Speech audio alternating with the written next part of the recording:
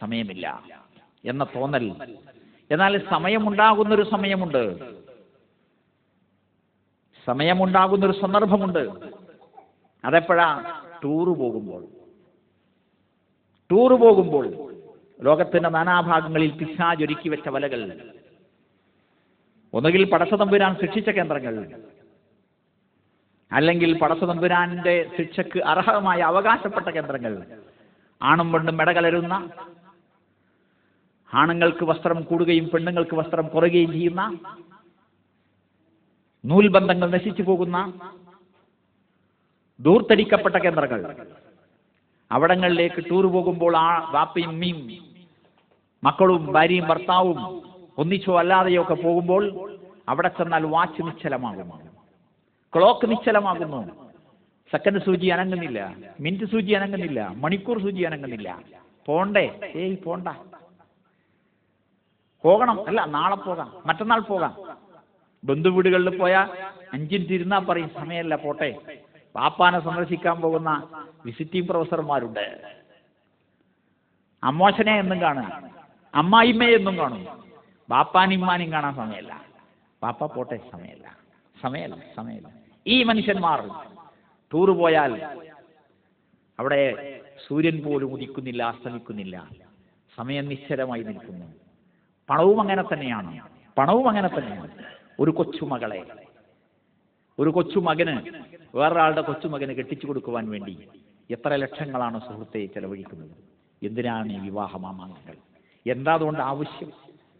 ശരി, ആവശ്യങ്ങളെക്കാൾ വലിയ അത്യാവശ്യങ്ങളുണ്ടല്ലോ ലോകത്ത്. അവനവന്റെ തന്നെ അത്യാവശ്യങ്ങൾക്ക് വേണ്ടി ചെലവഴിക്കുവാൻ തോന്നുന്നില്ല. രോഗമുണ്ട് വാപ്പാക്ക്, രോഗമുണ്ട്, ചികിത്സിക്കാൻ തോന്നുന്നില്ല, കാരണം മകളെ കെട്ടിക്കണം. എന്നിട്ട് അങ്ങനെയൊക്കെ കഷ്ടപ്പെട്ട് സമ്പാദിച്ച് ഉണ്ടാക്കുന്ന ആ കല്യാണത്തിന് പോകാൻ നമുക്കെന്ത് ഉഷാറാന്നറിയോ? എത്രമാത്രം നേരത്തെ ഒരുങ്ങി നല്ല ഡ്രസ്സൊക്കെ ധരിച്ച് വീട് പൂട്ടിയിട്ട് പോകുന്നുണ്ടല്ലോ. ആലോചിക്കുന്നുണ്ടോ ആ മനുഷ്യൻ അനുഭവിച്ച വേദന? നിങ്ങൾക്ക് ബിരിയാണി തരാൻ, പന്തൽ കെട്ടാൻ, കൂൾ ഡ്രിങ്ക്സ് തരാൻ, അതിനുശേഷമുള്ള പലജാതി സാധനങ്ങളും തരാൻ, ആ കാറുകളുടെ അകമ്പടിയോടുകൂടി പെൺകുട്ടിയെ ആഭരണങ്ങൾ അണിയിച്ചുകൊണ്ട്, പൂമാല അണിയിച്ചുകൊണ്ട്, ഹറാമും ഹലാലുമായത് കലർത്തിക്കൊണ്ട് കൊണ്ടുപോകാൻ ഈ മനുഷ്യൻ അനുഭവിച്ച വേദന, ആ വേദന അറിയുന്നവരല്ലേ നമ്മൾ. എന്നിട്ട് നമുക്ക് വല്ലതും തോന്നുന്നുണ്ടോ? ആ ബിരിയാണി കഴിച്ചിട്ട് ഇങ്ങനെ പല്ലു കുത്തുമ്പോൾ നമ്മൾ പറയും നല്ല കല്യാണം എന്ന് വെച്ചാൽ നല്ല ബിരിയാണി. അപ്പോൾ ഇവിടെയാണ് മനുഷ്യന് പണം ഇല്ല എന്ന് തോന്നുന്നത്. അത്യാവശ്യങ്ങൾക്ക് വേണ്ടി, അവനവന്റെ അത്യാവശ്യങ്ങൾക്ക് വേണ്ടി ചെലവഴിക്കുവാൻ സാധിക്കുന്നില്ല ഇവർക്ക്. സ്വന്തം സഹോദരങ്ങളുടെ ഹാർട്ട് ഓപ്പറേഷന് വേണ്ടിയോ, മറ്റെന്തെങ്കിലും അടിയന്തരമായ ചികിത്സയ്ക്ക് വേണ്ടിയോ, വിദ്യാഭ്യാസത്തിന്റെ അത്യാവശ്യങ്ങൾക്ക് വേണ്ടിയോ, മതപരമായ ആവശ്യങ്ങൾക്ക് വേണ്ടിയോ ചെലവഴിക്കുവാൻ സാധിക്കുന്നില്ല പലർക്കും.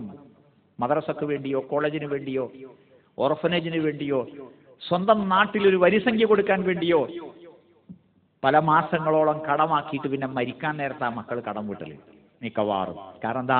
മയ്യത്തും കെട്ടിലെടുക്കണമെങ്കിൽ, ഖബർ കുഴിക്കണമെങ്കിൽ മഹലിലെ കടം വീട്ടിയിരിക്കണമെന്നാണ് നിയമം. അത്ര വരെ അതൊക്കെ നീട്ടി വെക്കുന്ന സഹോദരങ്ങൾ ഇത്തരം സംഗതികൾക്ക് വേണ്ടി എത്രയോ ചെലവഴിച്ചു കൊണ്ടിരിക്കുന്നു. അപ്പൊ എന്താ, നമുക്ക് ബുദ്ധിയില്ലേ? അതോ ബുദ്ധിയില്ല എന്ന് പറയാൻ പറ്റുമോ? സ്മാർട്ടാണ്, ബുദ്ധിയുള്ളവനാണ്, ബാപ്പ വല്ലാത്ത ആളാട്ടോ, ഉമ്മ മഹാസമർത്ഥയാണ്, ഏതൊരു പലഹാരം എവിടെ കണ്ടാലും അത് അടുത്ത ദിവസം തന്നെ പരീക്ഷിച്ച് ശരിയാക്കി നമുക്ക് തിന്നാൻ തന്നിരിക്കും. അങ്ങനെ ഒരു വളർത്തിപ്പറയുന്നൊരു സമൂഹം നമ്മുടെ നാട്ടിലുണ്ട്. മക്കളെ പറ്റി, ഭർത്താവിനെ പറ്റി, ഭാര്യയെപ്പറ്റി, മാതാപിതാക്കളെ പറ്റിയൊക്കെ പറയും. നല്ല ഉഷാറാണ്, നല്ല ബുദ്ധിയാണ്, നല്ല തലയാണ്, ഏത് സാധനം കണ്ടാൽ അപ്പം അഴിച്ച് അതിൻ്റെ മുഴുവൻ മെക്കാനിസം പഠിച്ച് എൻ്റെ മകൻ റെഡിയാക്കി വെക്കും എന്ന് പറയുന്ന ധാരാളം ആൾക്കാരുണ്ട്.